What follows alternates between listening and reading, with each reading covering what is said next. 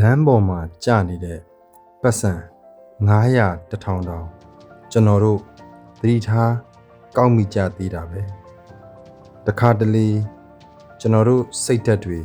ကြတတ်ပါတယ်ကြသွားရင်ပြန်ကောက်ပေါ့900 1000တောင်ကောက်သေးတာပဲ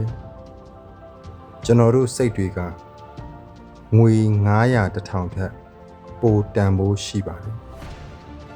ကြသွားရင်သတိထားပြန်ကောက်ပြန်သုံးပါတန်ဖိုးရှိပါတယ်အားလုံးကျေးဇူးတင်ပါတယ်